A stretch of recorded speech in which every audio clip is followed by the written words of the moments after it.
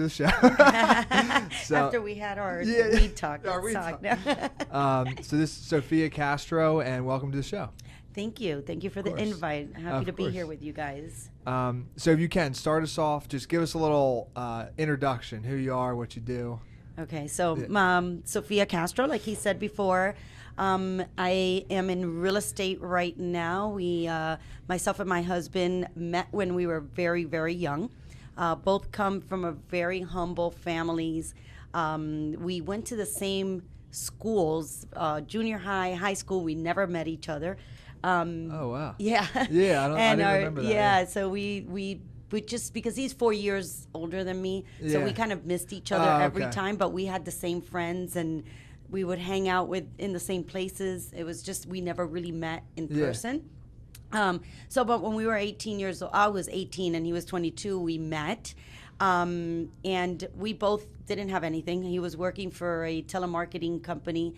I was working at a betting company as a secretary. I had dropped out because I just didn't really like school, and I had dyslexia, and I had a reading comprehension, and nobody really noticed it, I guess, or no teacher really cared. Or back then, many years ago, there really wasn't a thing, and nobody really helped me in school. I was just frustrated in school all the time, and I'm like, you know what? I want more than I can have right now, because my parents had 7 kids, and they just couldn't afford to give us all everything we wanted, but we had very limited stuff that we could buy, and I liked clothes, and I wanted a car. So I said, you know what? I'm dropping out, and I'm going to go get a job so I could afford my own stuff.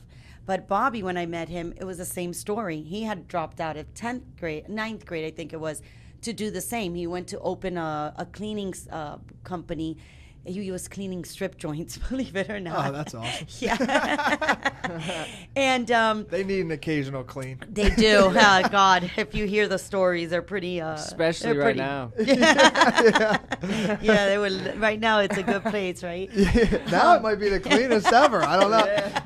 I don't know what's going on at strip clubs now. No, they're open. They are open. Fully open. Yeah. Masks or you know what? You need the mask to walk in. Okay, yeah, but once you're in there, COVID won't come in. Then you don't need it, because COVID does not transmit that way. No, it won't come in there. No, they don't allow them inside. We're already getting into that. That's good. So then we met, and we had very similar upbringings, and so when we got together, and he kind of told me, listen, I'm not your normal guy. I want to be an entrepreneur. I'm looking to do things the hard way. I'm not going to go get a normal job. I want to get, business. I had no freaking clue what entrepreneurship was back then. I didn't even, whatever, I was an entrepreneur. I'm like, yeah, I want to open my own business. I'm like, oh, okay. So when we started dating, and like 2 months later, he's like, okay, I want you to stop your job. I want to do this. I'm like, what are you talking about? I'm like, no, come on, let's go on the ride with me.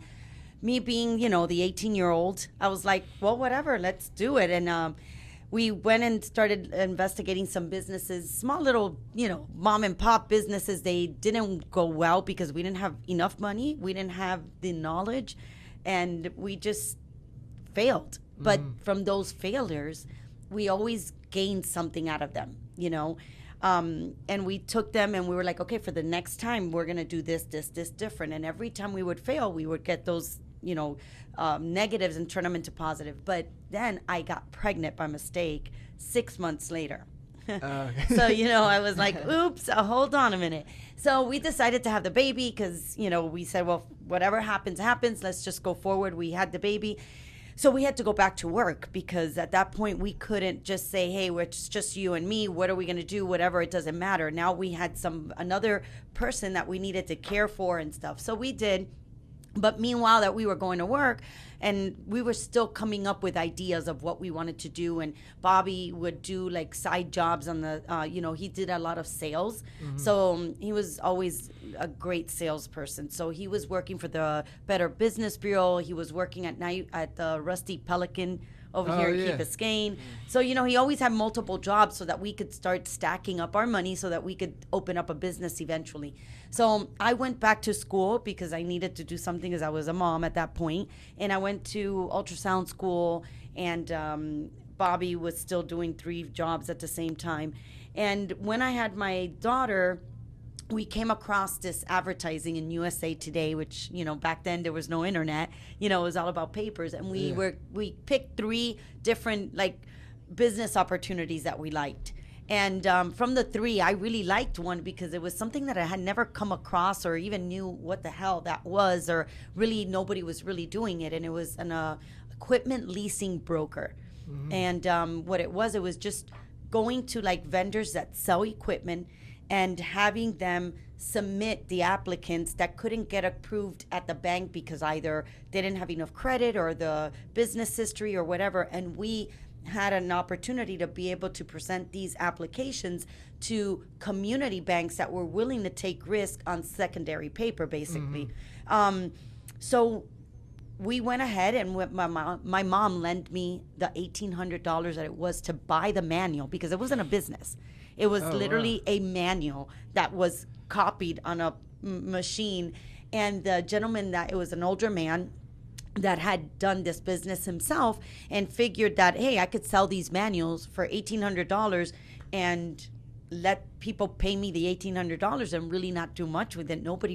He didn't really have a good success rate. But Bobby, being the salesperson he is and the entrepreneur that he was, he went and met the older man in person and sat with him, and the man fell in love with Bobby because, he's like, oh my God, wait a minute, you understand this business? You understand what to do? And so Bobby, being his personality, we were able to succeed with this business because Bobby ate the older man's brain out and no, you're going to teach me this business. You're not just selling me this manual. So he took Bobby in under his wing and brought Bobby to here is the full blueprint how to really do it.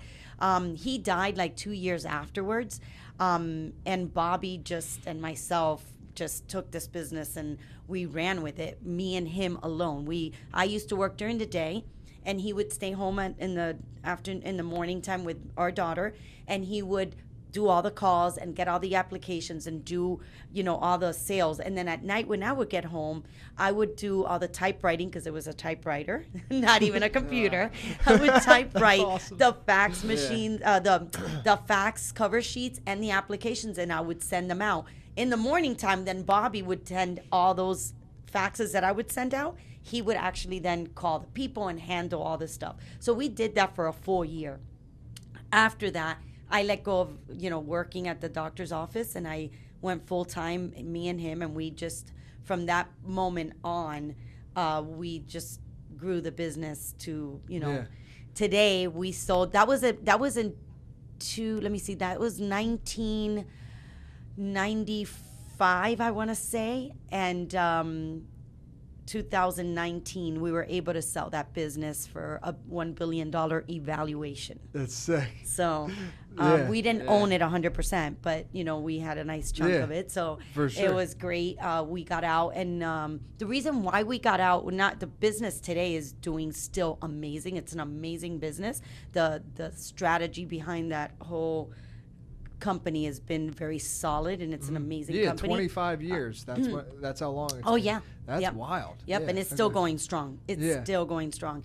But we were always wanting to be in real estate. We just never had the money back then. We started dabbling into it, early on, like in 2000s and something like that, but never got into it the way we wanted to. 2003, we got into real estate, still having the business.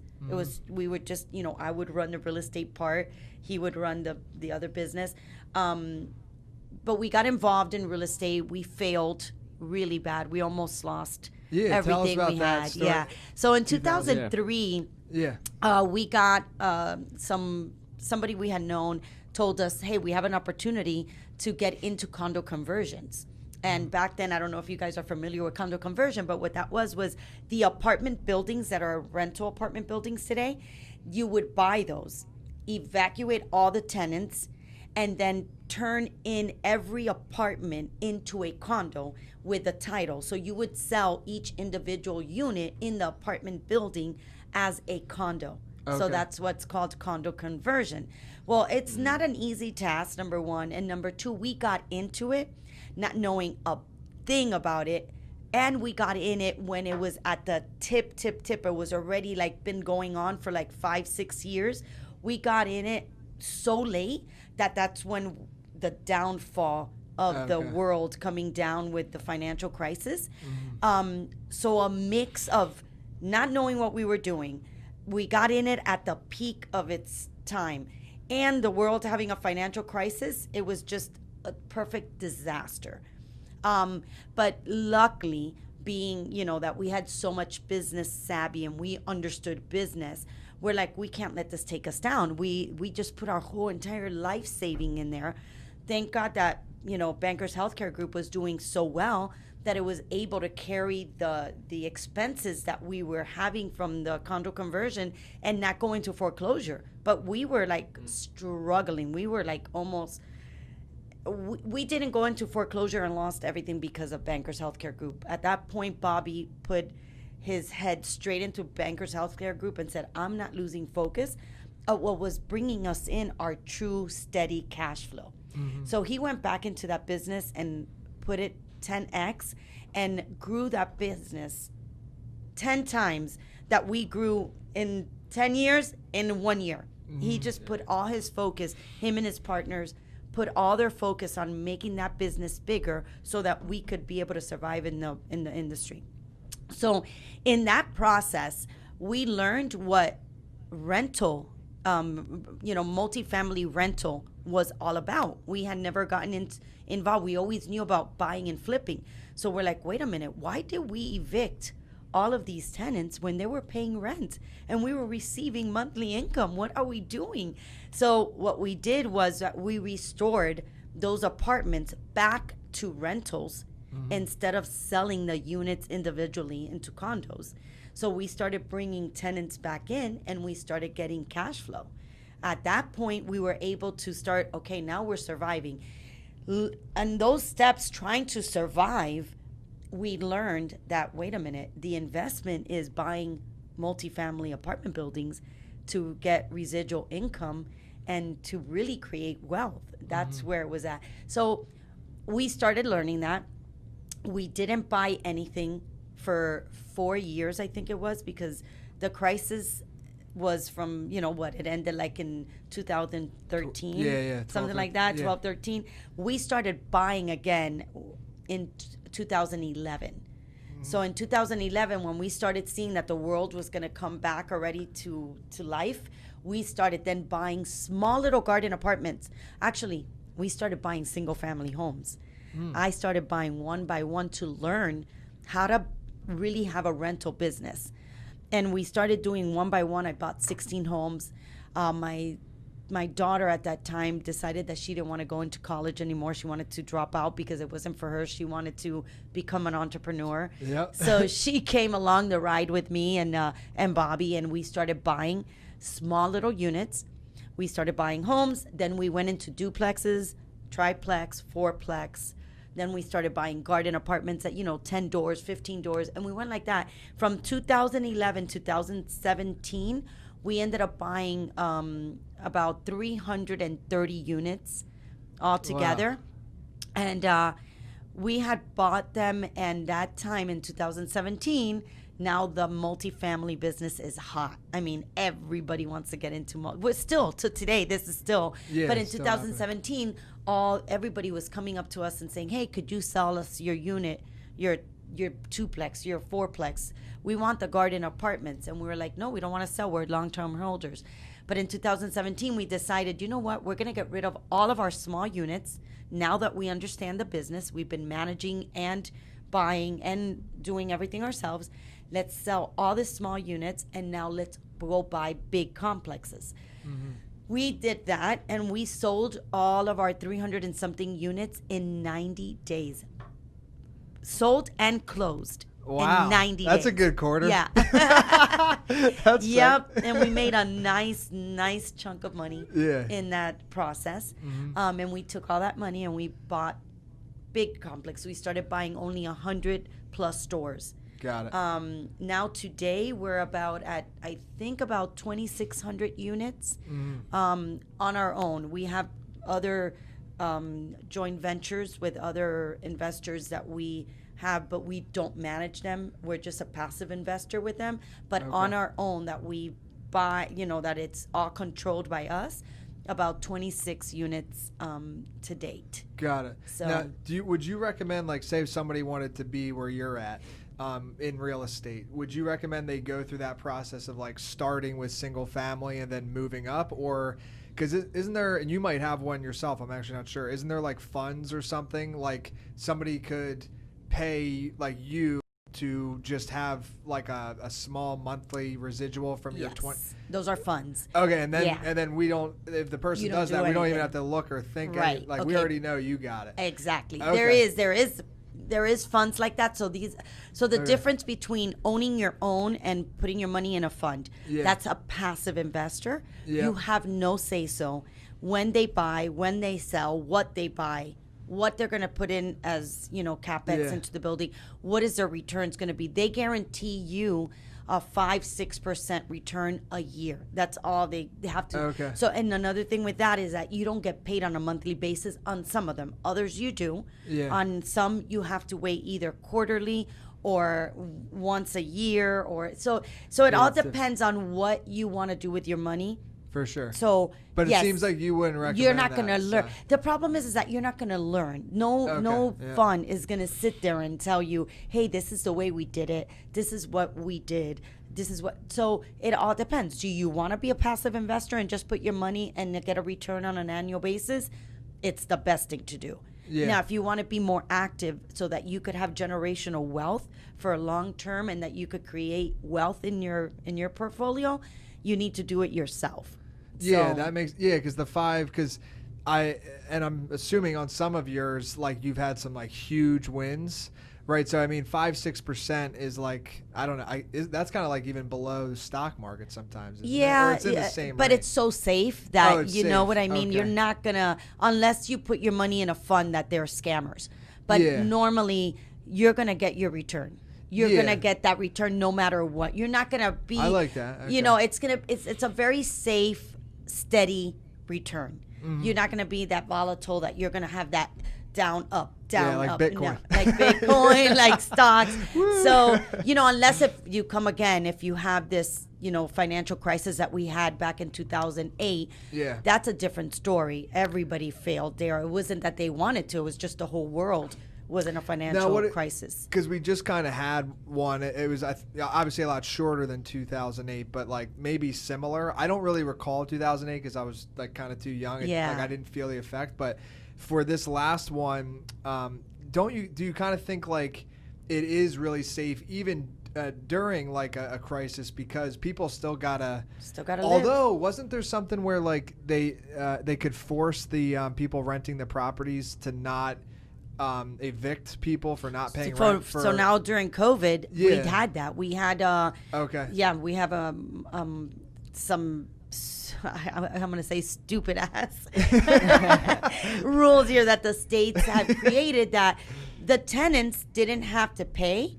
but the owners of the building still had to pay their mortgage, their rent, I mean their lights, their all that stuff, which I understand. I get the concept because we had this crisis where everybody had to stop working, right? Yeah. I get it. I understand it until they were able to do the supplementals and all the unemployment that kicked in.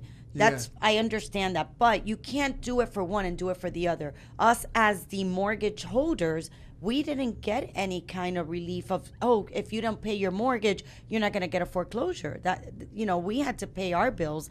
So exactly, yeah. We got really lucky during this whole COVID thing because our tenant base did not do that.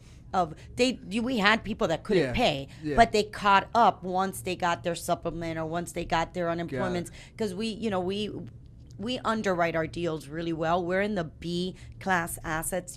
Those are your teachers, your policemen, your hospital workers, people that have jobs that are able to have good what do you want to say? Good characters. For They're sure. not just sitting there and saying, I'm going to live here because I can. And we got so lucky that people in our buildings understood that, okay, you don't have to pay the first 2 months. We were Yeah, we had to. We understood that. But they all caught up. So we didn't lose a thing in our properties, luckily. Everybody was very kind and thoughtful, because if we have to pay the mortgage, why don't you have to pay your rent? Yeah. Right? So I was going to ask you that. So you said B class. Like, what's the average, like, rental, if there is one? Is it like $1,500 a month? Yeah, so we have, so in the B class that we owned, it goes from $1,100 up to like $1,700, depending on the area and the units that you're renting. So yeah, so we're like found that's kind of like a sweet spot. That's such a sweet spot. It really is, because for me, that is the working class. It's, you know, the people that are renting in the B class, they're always have a job. You know, they're worried about their credit. They're worried they have conscience. They understand they're not people that are just wanting to live off the government, and there's nothing wrong. If you have to live off the government because of a certain issue, that's great. I understand that. But these people that we rent to, these working class people, they really always like to keep their credit in good shape. They have, you know, a good mentality of like, hey, I rented this spot, I have to pay for it. So it's just a great spot, like a great asset class to invest in. Definitely. You know, I think the A class, so A class is more, you know, the higher end. You're talking about here, like in Miami Beach, you're talking about, you know, 5,000, 6,000, you know, rents. And those type of asset class for me are very financial based. They only want to live in those apartments for a year, because these are like new attorneys that just became attorneys, and they're here to try out the waters. Hey, do I like this area? Do I want to buy a house? Am I going to get a promotion? Am I going to get, you know, sent to another state to work? So the A class is, a lot of people love to invest in A class because your rents are extremely high. You know, you're charging some nice rents.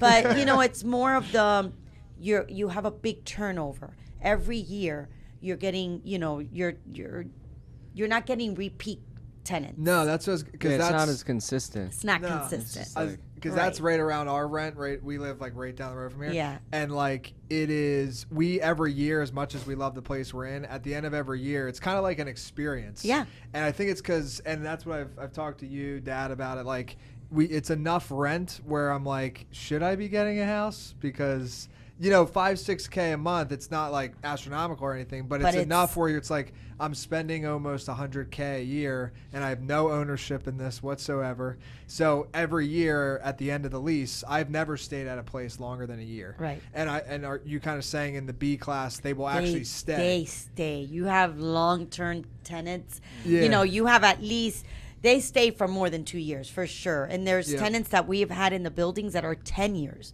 Wow. 15 years. Yeah, you know, no, I've never imagined that. So these are tenants that are long term. I like to say long term tenants. And then for example, I could only speak for me, or for us, you know, myself and Bobby. We have our buildings where we make sure that those buildings are kept up to like our standard. If I could live there, like I go into these buildings and I'm like, you know what, I could live in this building.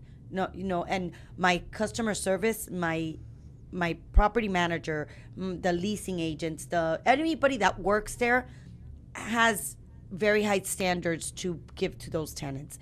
If you don't treat those tenants great, I don't want you working for me, because 100%. they're paying us rent. So you got to give them the best service you can for them to stay there. And then also they're like, if anything breaks in their units or if anything's not working in the building, that has to get fixed within 24 hours, 72 hours max. So I give them the best service I can within the class asset that they're living in. So for me, keeping these tenants it's a big plus, because, you know, the turnovers cost you money.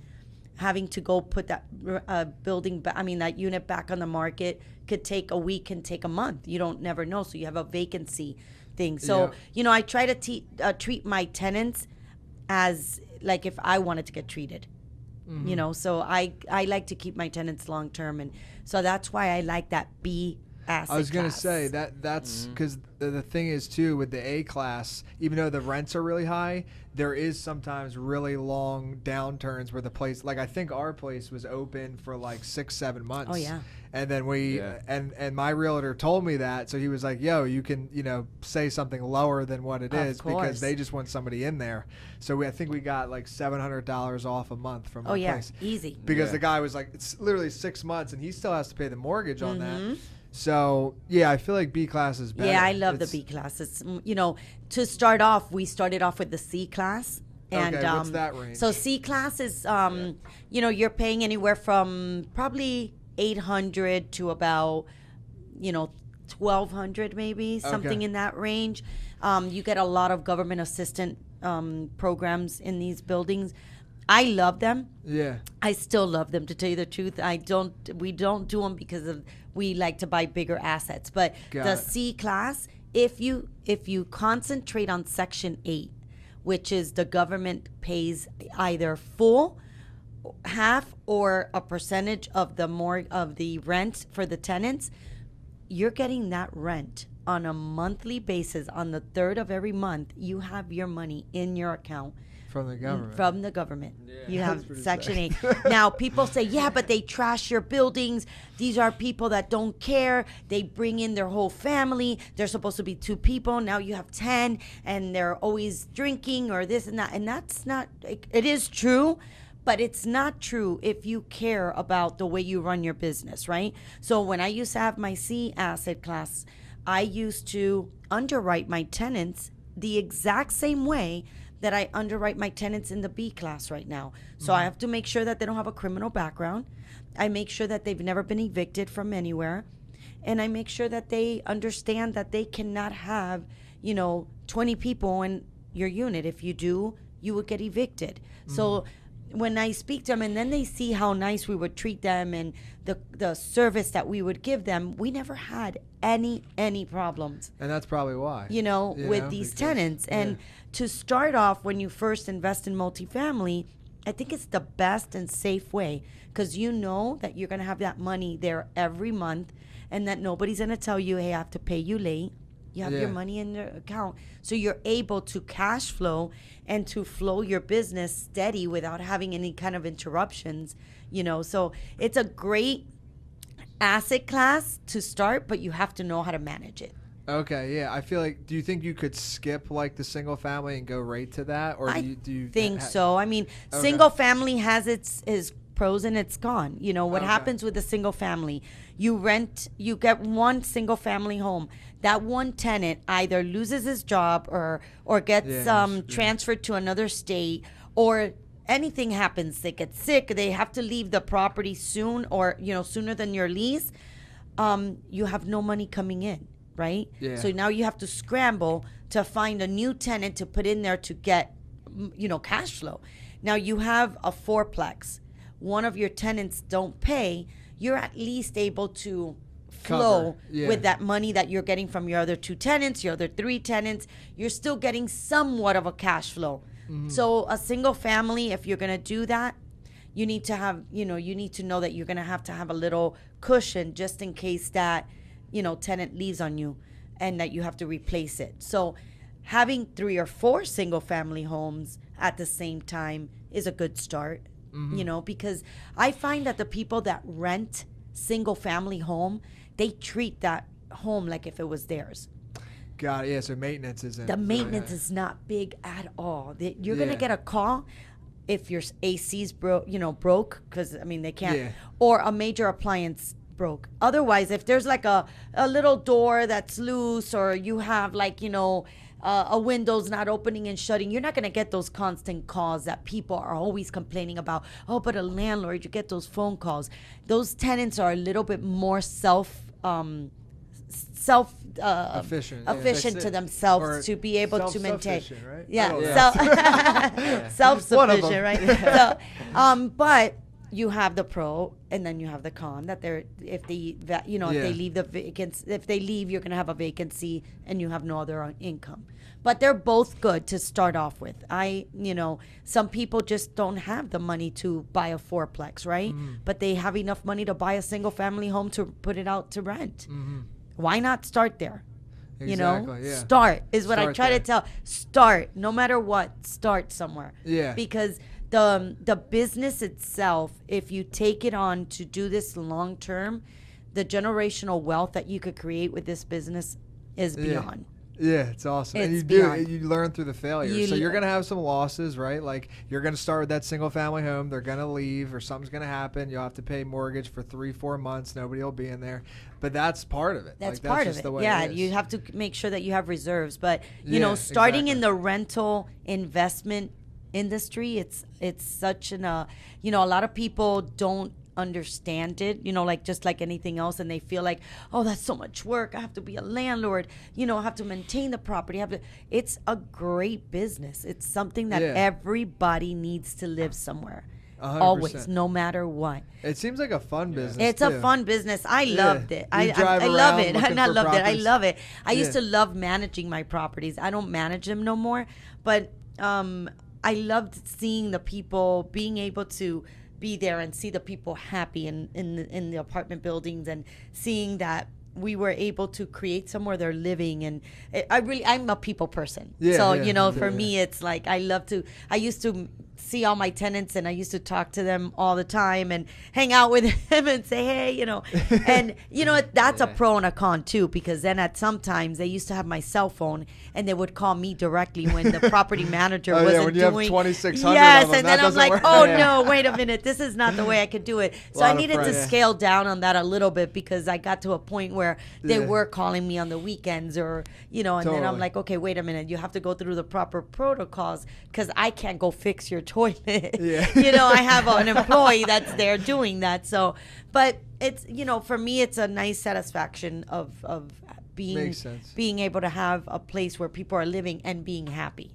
Now, for single family homes, and then I want to talk about the economy a little bit, because there's a stat that I'm curious if it'll affect real estate or if it's interconnected. But for single family home, is there a certain like a $500,000 home area? Like, is there a certain number that you recommend starting? Oh yeah, for sure. I would go to an area where there's a lot of businesses that have, like the hospitals, like, a lot of food, hospitality type of, where people want to rent, like, for example, here in Miami Beach, you're not going to come and buy a home so that you could go rent it. These houses, the values of these properties are extremely high, so you're never going to cash flow. So you need to go to communities like, I don't know, Miami, maybe like Kendall, like, Texas there's a lot of right now Texas is hot. Right now Texas is hot.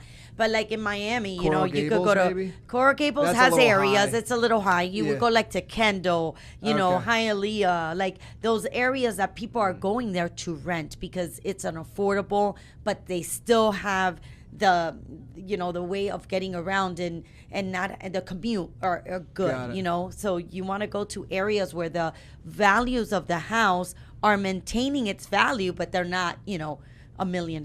You want to stay. I can't tell you a number, because let's say you buy a house for 800,000, but if you're able to rent that house, for $8,000 a month, hell, you're gonna I'll buy that house. So you got to see where you're gonna rent. What are the rents calling for in the area, and is it an area that people want to rent in? So those all just have different criteria that you have to look at in order to buy this single family home. You could buy a $100,000 home and cash flow. You know what I mean? Oh yeah. So what do you think of this? I just thought about it. So I interviewed this guy maybe like 4 or 5 months ago, and I think their company's called Turnkey Properties or something. And what they do, they have these homes. It's more in like the Midwest and stuff, and they're like $100,000 homes, and they buy them and then they'll sell them to you. And then they find the renter and they do the property managing, and then you get the monthly I can't remember what the monthly cash flow on it was, but either way, it was. It's called turnkey. So that's the best. It sounds like a good deal. Yeah, I was like, this sounds cool. Yeah, that's a cool deal. Yeah, okay. And now those are so buying like 4 or 5 in a same community. Yeah, you're set. If you could get $100,000 home and you're finding somebody that's going to get you the renter and. Hell yeah, for sure. It seemed almost like too good to be true. That's why I didn't like. I'm gonna look them up. Yeah. I was like, what? So I wanted to ask you about this. I just heard a stat the other day that 40% of the entire cash in the U.S., like U.S. dollars, has been printed in like the last 6 months or whatever because of like in stimulus. So inflation is inevitable, I would imagine. Like, so it has to. What do you like, or I guess overall, is that a similar as like a 2008 type of crisis? Like, what does that actually mean? Like that type, because isn't that going to be like a dramatic inflation? Like that's crazy. Of course, it's going to be a dramatic inflation, and what's happening with that is that we have inflation, but with the living, right? Yeah. But now employment is not getting the same inflation. You're seeing that these people, they're not getting increases because there's no business coming in, right? So all this COVID thing has killed mom and pops, corporations. It's killed everybody. It's not just one sector. It's killing everybody. So these individuals are not getting raises. So now you have inflation, but with no increases in your employment. So I don't know how they're going to cover that gap. Yeah. There's going to be a big gap between your living expenses and what you're bringing in as a salary. Yeah. What are we going to do with that? I don't know. It's crazy. It sounds trouble. Yeah, 40%. I was like, how much was circulating before? Like, that's insane. Like, they literally just printed half of the supply in 6 months. Like, I don't know. And we're seeing it like with our rentals. We normally increase our rentals on a yearly basis. Depending anywhere between 3 to like 7%. Okay. It all depends on the area. It all depends on the type of asset that you have. So this year we had 0 increases, right? We kept everybody at the same rents because we're understanding of what's happening in this world, and we're not just going to go raise rents because we do this every year. So we need to play with what's happening in the world. So we had 0 increase. But we're still getting a cash flow. Yeah. So see, and that's where it's safe. Yeah, Whereas safe. if the stock crashes, then because I remember in April, March, that was where my business did take a little hit in April and March because I have clients like we offer like high ticket stuff from $50,000 to multiple 6 figures for book launches. And what happened is I had all these people lined up that were just about to close, and then I would get on the phone and they were like, yeah, I just lost like half my net worth like yesterday. Yeah, like they're like, I'm not paying you $100,000. And I was like, shit, man. Yeah, but if it was real estate, then maybe it would have. It would not. You don't feel that. You don't feel that big gap because they still paying rents. Yeah. And you're still getting cash flow. You're just not getting what you were expected that year, right? Yeah. Because every year we have like a pro forma that we're thinking, okay, this year we're going to make, but we're still getting somewhat of it, just not what we were expecting, but we're not losing, which is good. So your IRR becomes a little bit less than what you were expecting, but at the end of the day, you're not losing. Never losing, 100%. Unless if you're, a landlord that you're spending the money on yourself and not doing your proper business. But that goes with any business, right? You don't run your business the right way, you're going to go down no matter what. But as a real estate investor, if you do your stuff right, no matter what crisis you come in, you're still it's good to hear. You're still afloat. That land is going nowhere. So if today it goes down to $0, a month, 3 months, a year, that goes right back up where it was at, or even more. Or, so you're always gonna you're never gonna lose it if you play the game right. For sure. Yeah, the only way I see it being possible is when the Elon Musk Mars thing happens. Yeah. And then and if everybody leaves. And then if everybody goes to Mars, then we're done. Well, then we're going to have to go buy multifamily in Mars. Yeah. Well, actually, though, when everybody did that, then you just have Earth as your playground. Yeah. Just your family. So that's kind of cool, too. I'd hide here. Yeah, I think I'd stay then. If everybody went there, I'd be like, hey, I got this to my own. Yeah. We'll do some travel. But yeah, so, unless, and this is just like the stock market, too. Say that right now. Multifamily is not in no crisis. You can't find a damn deal that you're saying you're going to go steal. It's not happening. But let's say that somebody ran their business the wrong way and they're like, oh my God, they panic. If they sell in a panic, of course you're going to lose, right? You're not going to, because now you're in a panic. You want to sell. The person that's going to buy sees that you're in a panic and they're going to lowball you. Yes. Now, okay, now you sold your building for way less than what you should have, but you're still getting somewhat, or you're covering your expenses to sell, right? Where in the market, in the stock market, people panic. Oh my God, the stock went down $100. I'm going to sell today. Why are you selling today? In a month or two, buy more. Don't sell. Wait until that damn thing comes back up so you don't lose your money. Yeah, emotions. So that's emotions. So that's the only way you lose in investing in multifamily and business. And so I'm curious on I feel like real estate. That's the funny thing about it. So somebody could come in and appraise and be like, the property's worth $1 million. We'll just use that for easy numbers. But then say if the person there's circumstances, maybe the person just lost their job, they need the money and they're moving somewhere else and they already have the other place, so they gotta move, right? And so if you know that as a buyer, that $1 million home you could maybe get for $800K or a crazy discount. Single families, yes. Yeah, because of the circumstance. 100%. So how we got $700 a month off our rent. Correct. There's things where if it gets. If somehow that side, something gets over to this side, information on the circumstance, then you can 100%. So single family homes, you're going to see deals this year. Okay, on single family. No. Single family, I see a big opportunity to buy up a bunch of single family homes. Okay. I'm just not in that.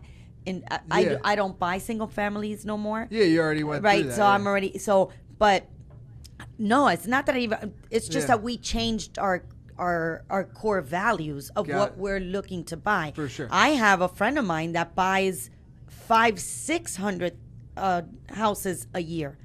Oh yeah, that's what he likes. He likes to buy single family homes, and he buys them all in one big block. Let's say in Kendall. He goes to Kendall and he says, okay, from this block to this block to this block, this square area, I'm going to go see how many houses I could buy within that community. Mm-hmm. And he buys 200-300 houses in 1 or 2 months. A development, pretty much. Right, yeah. But he buys single and he rents them out.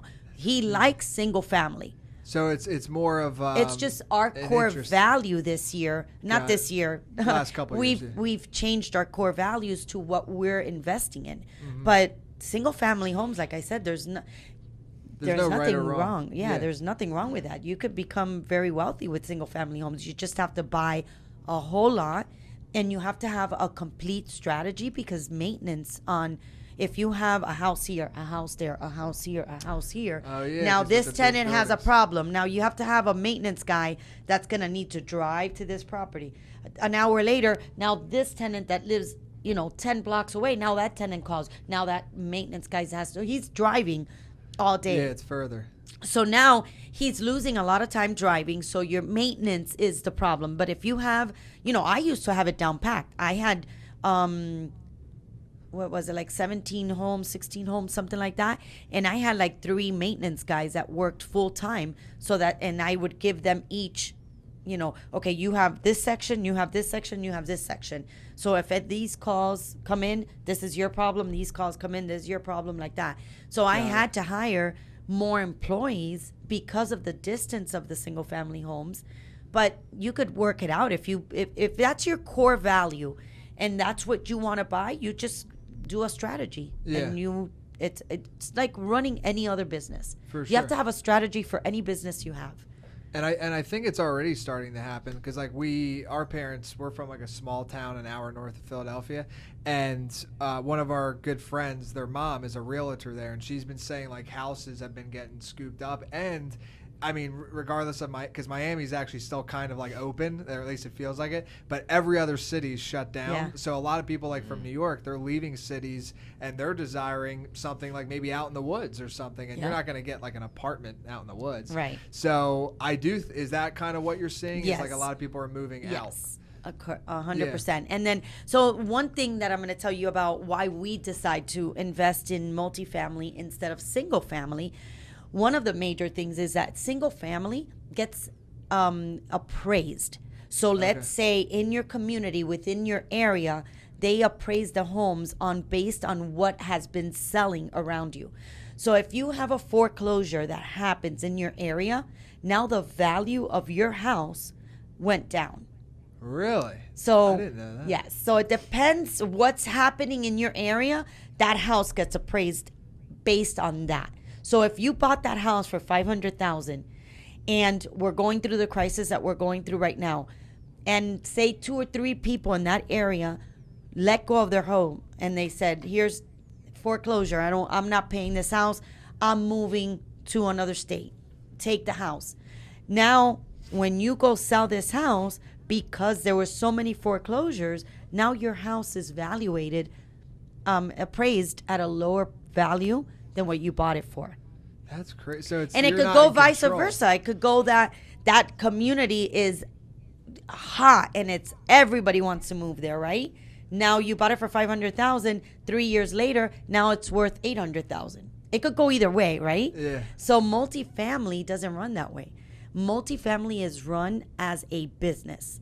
So it's based on the income that apartment building is producing, is how you sell that. That's what the value of your property is worth. Mm-hmm. So you don't care what's happening in your surrounding areas because you're not going to get appraised based on value of the outside world. You're going to be appraised on what your business is producing. I do like that better. So, more control. Yeah, you have more control over your assets. Mm-hmm. So that's one of the reasons why we have chosen to invest into multifamily and not single family homes. Mm-hmm. But you have pros and cons with multifamily. You have pros and cons with single family. I say if you want to invest in multifamily, in rental investments, get started anywhere you can. Yeah. And learn from it. And from that point on, just start scaling. Gotcha. You know. So let's dive into the COVID. I have to do it. Let's go. And then we're gonna go into Trump. You're gonna get me. Yeah, I know. That's what I want to do. You're gonna get me pumped up here.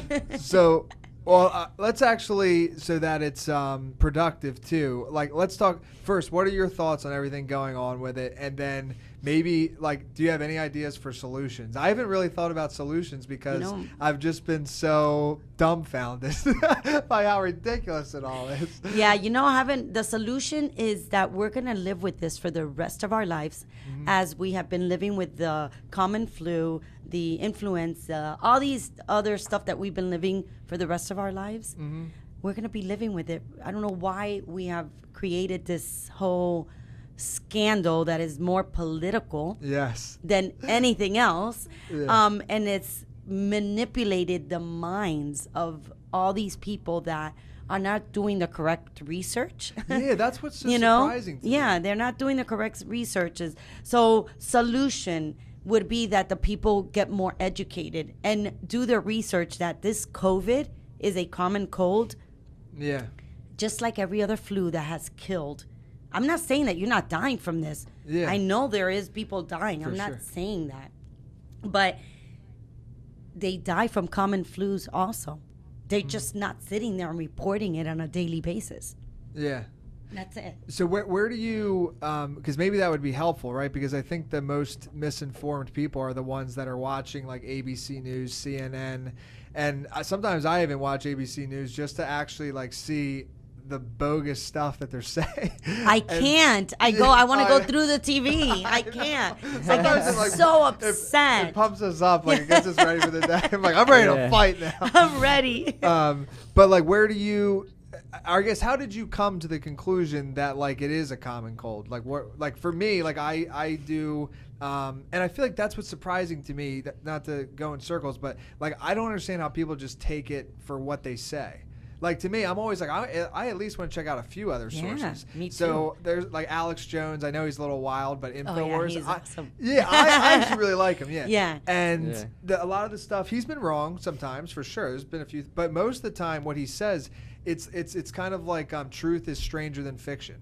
Like, that's what we're going through right now. Like, it is so bewildering to me that I feel like we're in a fake world. We're in a fake world right now. We really are. I mean, it's, and I don't want to offend anybody, because I get everybody has their own opinion, and they, I respect that, but do research, understand what you're going through right now, because, I know that this is hurting the rich all the way down to the poor. Yeah. So I this is not, only the rich are surviving, or only no, this is not about this. This is about the government all wanting to control us, right?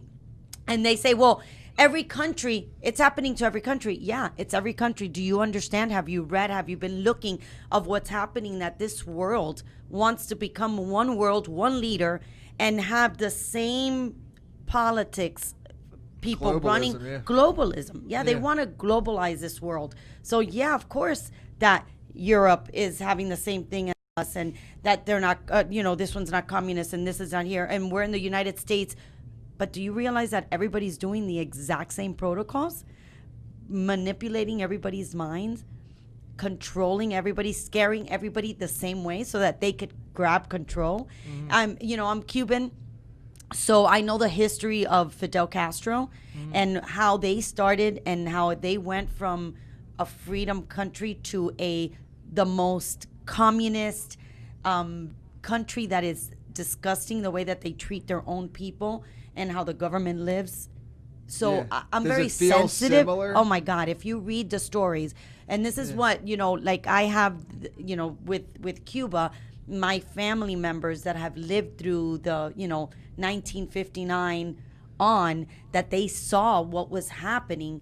A lot of them tell me, oh my God, and they're older already now, they're in their 80s, and they're telling me, this reminds me so much of what we had to go through at the very beginning. Of course, not with a pandemic, you know what I mean? But the manipulation of the mindset, they're scaring us. Don't go out of your house. You can't open your business. You own your business. You can't open your business. You could open it now only from 8 to 3. And if you had 100 people, now you could have 25 people. And how are you going to tell me how to run my business when I pay for my own taxes? I pay for my business. Why are you telling me how to control this if this is a free country? Yeah, and they're like in the 6 feet apart thing, right? It's kind of hard to band together. I mean, come on. It's like, so, the manipulation of the mind, of the weak minds, you have to do your research. Based on your research, then live the life that you want to live. Because if you believe that, you're scared of the pandemic when nobody's really, like the disease or whatever they want to call it, it's a flu. And we've gone through common colds and the influenza and all that stuff. And we've been able to survive that. And they didn't close the world. Yeah. They didn't shut it down. But because, they don't like Trump, and they knew there's another motive. It's another motive completely. You know what I mean? It's like, how about when the Ezekiel, Zika or whatever.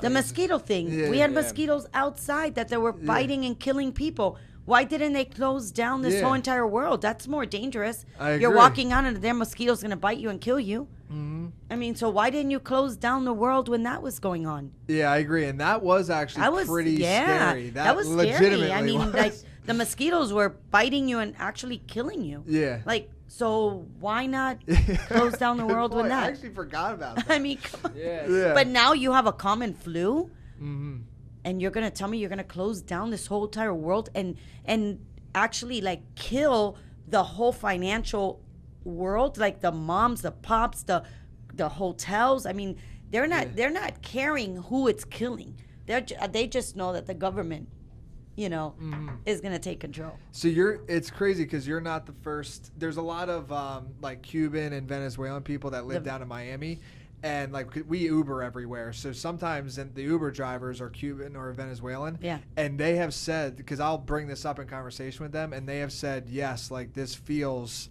very similar. And what's crazy to me too is that there's still people out there that actually think that like communism is a good idea.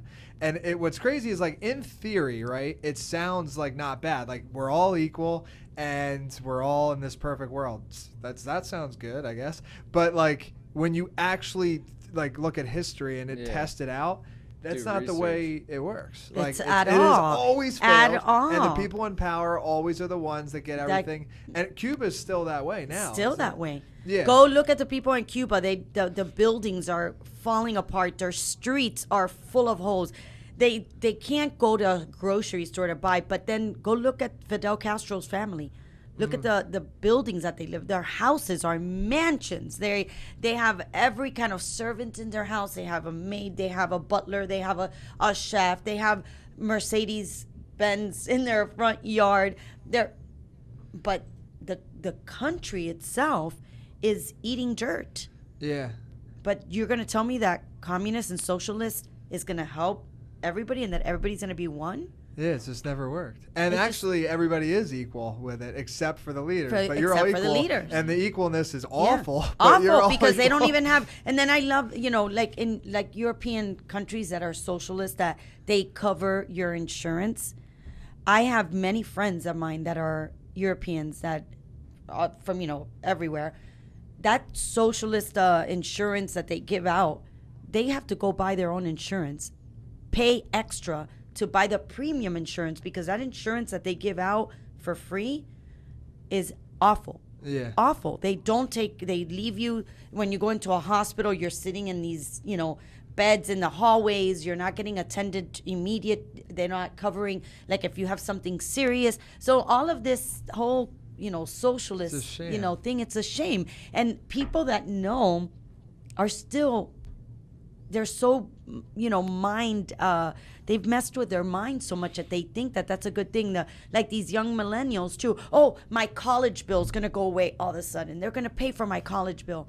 No, who's going to pay? Where do they pay? Yeah, the taxpayers. Yeah, the tax money that we had in there. We were talking about that over break. He's just like, oh yeah, you're all going to get rid of $100,000 of debt for every student, and then throw it on the American taxpayer. Of course, just like everything else. I mean, come on. So those are the things that get me really annoyed. And again, I don't want to disrespect anybody, because everybody has, their rights to think and believe in what they want to. But man, really do your research. Like really dig down and really look at what's happening. And don't just sit there and say, I hate Trump's mouth, so I'm going to go vote for Biden because, he's just a good guy because he doesn't speak his mind. Well, he can't speak his mind. Right, he can't because he forgets everything he says. But you look at facts. Go look at the numbers, and I get really passionate about this. But, when Obama was in, 8 years of Obama, go look at the history of unemployment on all ethics. Go look at the blacks, the Latins, go look at those numbers compared to what Trump did in 3 years, because they didn't give him the fourth year. They took away his year. Yeah. So they gave him 3 years. Go look at what Trump has done for the black and for the Hispanic communities in unemployment compared to what Obama did.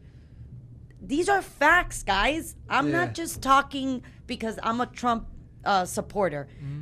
I'm talking real numbers. Go pull them up. They're public research. Yeah. You don't need to. I'm not giving you something that you can't go look at. When you look at these numbers, then you tell me, okay, Trump has, he speaks his mind. He's a different person. People hate him because he's rich. Guys, he's busted his damn ass for what he has. Was his dad rich? Yes. But what did he do with his dad's money? Yeah, he multiplied. He's multiplied it on his own. Look at his kids. His kids are amazing. They're freaking very well educated. They're extremely hard workers. He's done a great job with his own kids, and He's done a great job with his businesses.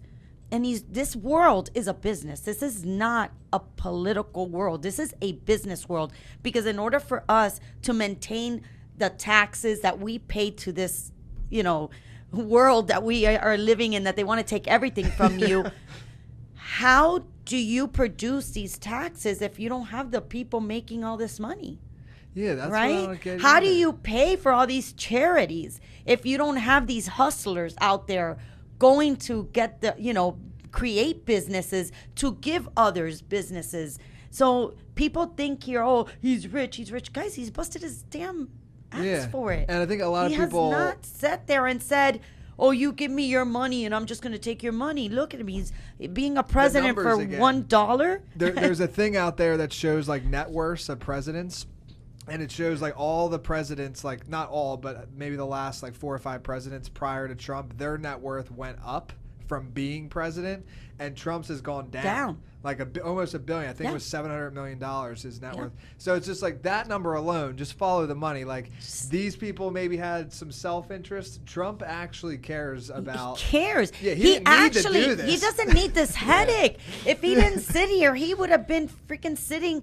Oh, he could do whatever he wants. Come on. He didn't need this damn headache of everybody telling him that he's a piece of crap, telling him that he's all these words and all this hatred that he's getting, that I feel that he his life is in jeopardy. Yeah. And he's putting his own life for the future of his kids and grandkids and great grandkids. Yeah. This is what he's doing it for, because he's seeing what this world is coming to, and he's putting his life, cutting his literally life short. At risk. At risk. There was actually, I saw Alex, there was like a hit on him recently from and when he gets out of the office, then he doesn't have that protection. He has no protection. It's scary, and he's doing this because he cares. But people just don't look at facts. Yeah. Look at the numbers, guys.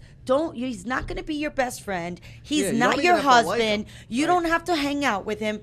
Look at what he's doing for your kids. Mm-hmm. What he's making this world today. Because this is a business. You're losing Social Security.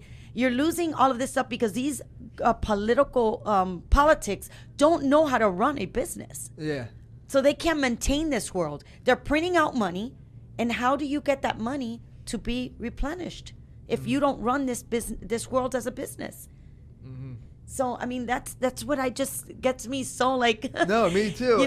Passionate about it, because if you had facts, man, I would keep my mouth shut and say, wow, Obama's an amazing guy. He did great. But the numbers suck. Yeah. He didn't do nothing for 8 damn years. Mm-hmm. And everybody, the Obamacare. What's Obamacare? Have you seen what Obamacare is? I mean, doctors have stopped seeing patients because of the Obamacare. So now when you call a doctor's office, oh, no, we're not taking new patients. Oh, no, we're not taking new patients, because a doctor does his services. And what he used to get paid $100 for, now he gets paid $20 for. Mm-hmm. So this doctor doesn't want to see you at his office. No more new patients, guys. No more new patients.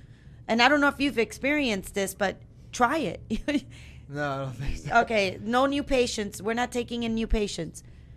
They're not getting paid. This Obamacare is not paying the doctors for their services. Actually, and that's actually why I ended up hiring like a doctor here. Like I still pay insurance just in case anything crazy happens, but I don't even use my doctor because I've called and they will literally be like, yeah, our next opening date's like 2 months from now. Yeah. And I'm like, 2 months? Yeah. I'm gonna have a whole new problem by then. Yeah, by then. So exactly. I have a doctor I pay really well out of pocket, and like IVs. I think we talked about this last time, and that was the solution I came to. That's the solution. I was like, this guy can't see me till next year. Exactly, because he doesn't want to work. He's only working 3-4 hours, and he's like, forget this shit. I'm getting paid the same. Yeah. Seeing 4 patients, and I'm seeing 100 patients. Before they used to get paid, their fair whatever money that for the services. Now it's whatever the government wants to pay you, that's what you're getting paid for. Mm-hmm. So I don't blame these doctors. Why do I want to work and get paid a quarter of what my services cost. Mm-hmm. So I want to ask you this, because I heard too, because it seems to me that the problem with the politicians is a lot of them end up like cutting, like I think Biden and his son, right? Like that whole scenario. It seems, again, look at the facts, seems pretty apparent. But even think about the California governor. So like you can go full throttle on the CNN side and think this is like a serious disease and like want to protect people. And if you want to think that, then that's fine. But to close everything down, I almost feel like you gotta either be crazy or like just stupid, honestly, or you are in cahoots with China, because there's actually a video of a guy in China saying, we realize that the best way for us to overtake America is not by like an actual war, but rather infiltrate the center, the government, and then they will actually ruin it themselves. Then once it's ruined, I don't know full what control. Yeah, then once it's ruined, they got to rebuild. And that's where I'm telling you, it's going to be one world, one government. This is where we're coming to. This is and this is exactly what you're saying. Yeah, is what they're trying to form. Yeah, exactly. Because so it has to be that, and that's what blows my mind. Is like, let's just say you only look at CNN and you won't even look anywhere else. If you look at California, just in that alone, what that governor's done, not to even mention that he said you have to wear a mask in between bites, and then he has pictures of him out, like, just like, not me, but you. But just shutting everything down, there is no way that is the solution, unless you are literally trying to burn the place down. And if so, you're doing a good job. They're doing a great job. They're manipulating the minds. Yeah. They're doing exactly what they want, and everybody's following it. There's, and they're going to push as far as... they're pushing. Look at now the second wave's coming. Yeah. We can see the wave. Ooh, we see it, guys. Second wave's coming, and it's going to be worse, and it's going to be... So now, what are you doing with a vaccine? Because you just created a vaccine for the first strand. Yep. Oh, so now another vaccine needs to be invented because strand number They're 2. Saying 5 a year they want you to take. I mean, what do you think of Gates? Bill Gates. Oh my God, no, I don't even want to go there. I think he's a great guy. Yeah, he's a great guy. Yeah. He saves the world with vaccines. Yeah. Oh my God, no, I can't do it. No, we could skip that. That guy, yeah. It's a shame because before, I really, I was so impressed with everything that they do, Yeah. But at the end of the day, it's not really.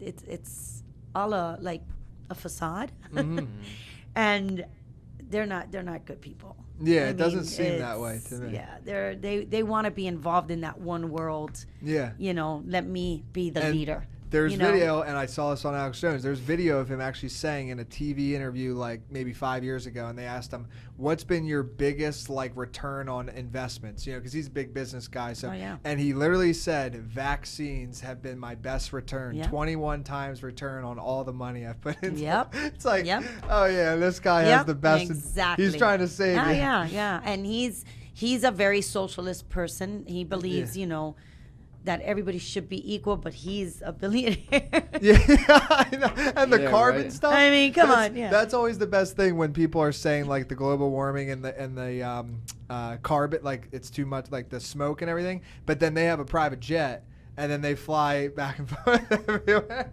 It's like, okay, wait, that's just silly. It just makes no sense really what's happening. Yeah. If it made sense and all of this was really factual, I would be okay. My God, there's a pandemic. Everybody. That's great. I would. But the problem is that you're going into a restaurant, walking in with a damn mask. 2 minutes later, you're able to take off that mask, speak to your waiter, waitress. The chefs are touching your food with no mask on. They're touching, which your hands are your biggest transforming of germs, of any germs, cold, bacteria, whatever it is. Your hands grab it more than you're inhaling or than your saliva.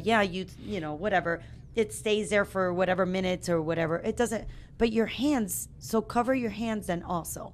But this is a cold. And this is, again, go research it. The COVID, your survival rate in COVID is 99.8. Yeah. Survival rate. So your death rate is 0.02. And Not that's even? like overall, right? Overall. Like if you're like 70 and above, right, then it's a little bit. But if you're, whatever, like right, overall, the average person. But now you want to bring in a less. vaccine that you have not tested.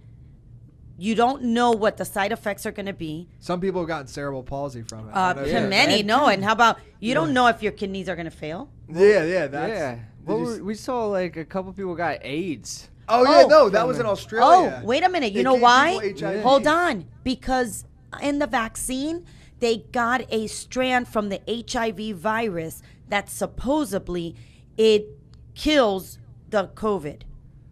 So they're injecting HIV into you to kill COVID. And that's why they got HIV. And so you're going to tell me that 10 years, that you need 10 years to come up with a vaccine to test it before they allowed it. Now, all of a sudden, the government has decided that there's no testing needed. You could create a vaccine and in 8 months start injecting it into people. So what happens 2 years, a year down the road? What happens if your kidney fails? What happens if you have a stroke? All of these things you don't know. So you're going to put on something that, in the vaccine only has a 5% that you won't get it. I know. That you won't get it. 5%. So 95% that you still could get infected. But then you have a virus, a flu that you have 99.8 survival rate. And you're going to go put on a vaccine again, just look at the that numbers. you have no clue what that vaccine has, what the side effects are going to be. It just makes no sense to me. So that's why I'm so passionate about this. It's like, guys, wake up. Don't let your mind be manipulated by these politics that are wanting to just take over. They want to kill out whatever they could kill out so that the population is not where it's at and that they can take control of the whole entire universe. Really. It's true. Mm-hmm.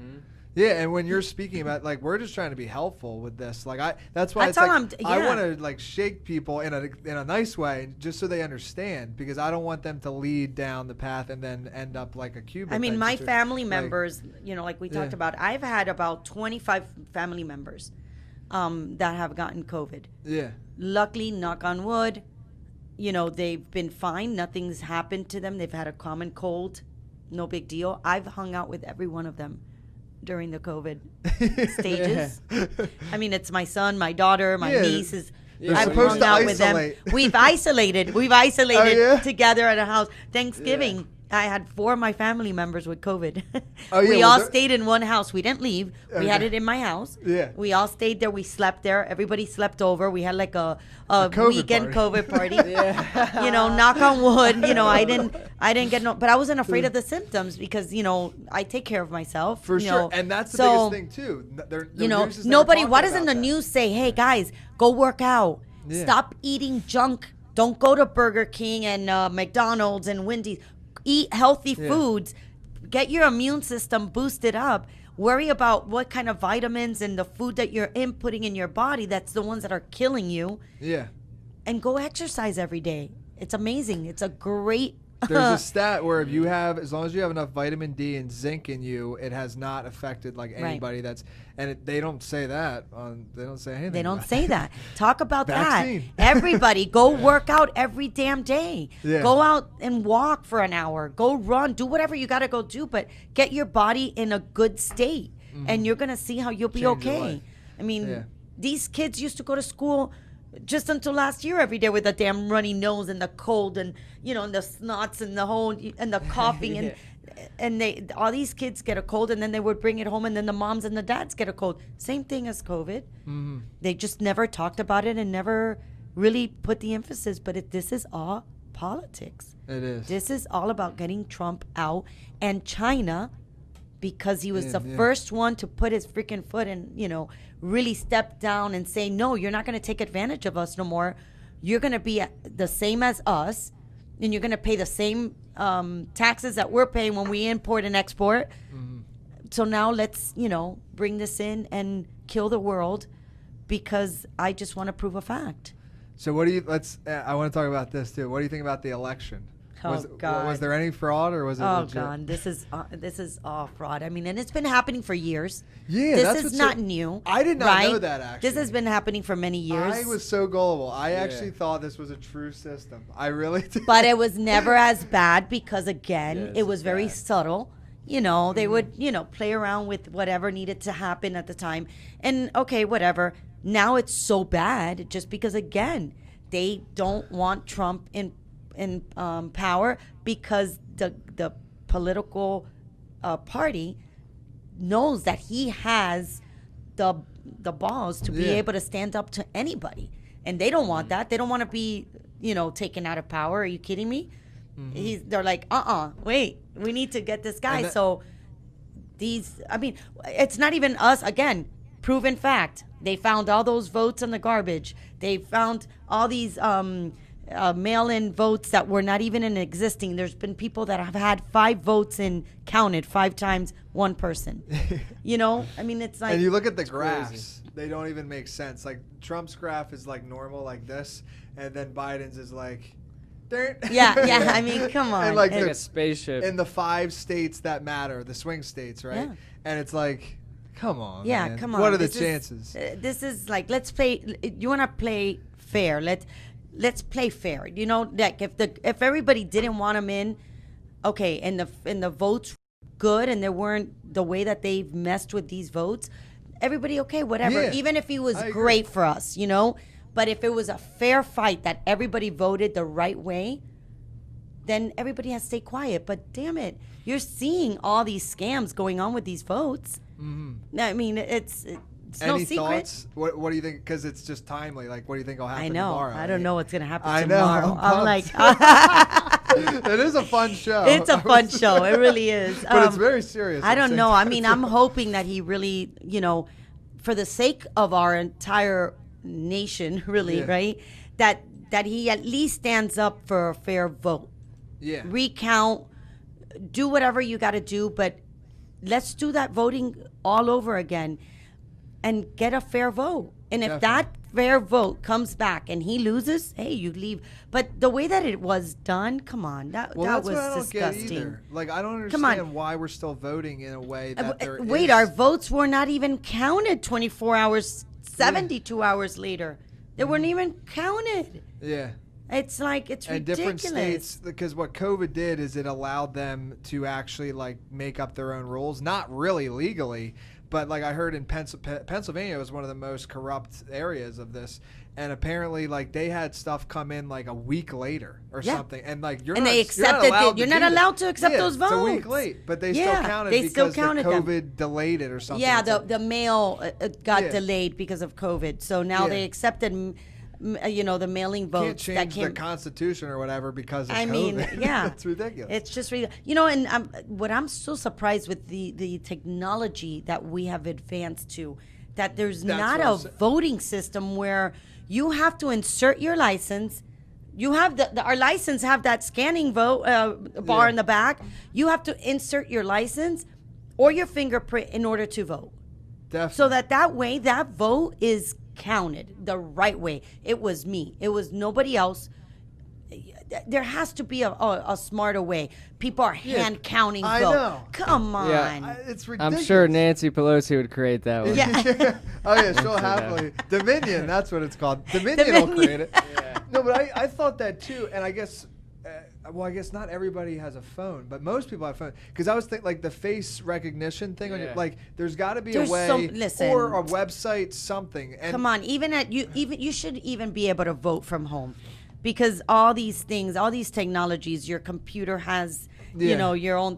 You're able to scan your license. Yeah, exactly. Scan it, and only once. Once your license is scanned, there should not allowed any more. If you try scanning it again, nobody. But votes, we had received. I have an employee of mine that received 3 mail-in votes. 3. God. Yeah. So if she would have sent all 3, she would have 3 votes for herself. Why? And that happened all over. That definitely happened. Yeah. And you're actually, now that we're just talking about it, is like a bank, for instance, right? Like online banking, the amount of security that you go through to set that up, that's all we would have to do in this scenario. Because like I know like bank fraud, like if you lose your credit card, that stuff can happen, but I don't think it happens very often where people like log into your Wells Fargo account because there's so much security. Yeah. So what are I think there's more chance of fraud with paper than there is. 100%. Just set it up like a bank. Set it up as a login. Social security. Nobody your knows social each security, other's. your license. Yep. Even your passport number if you have. Yeah, and everything. Log in.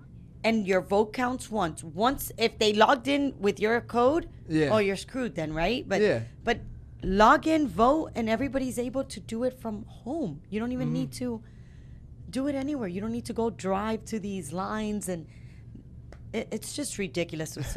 I'm just... Yeah. Well, I guess we'll see tomorrow. We'll see what happens. Oh, my God. So I want to leave it to you because everything that I wanted to touch on, we touched on. So if there's anything else you want to share, please do.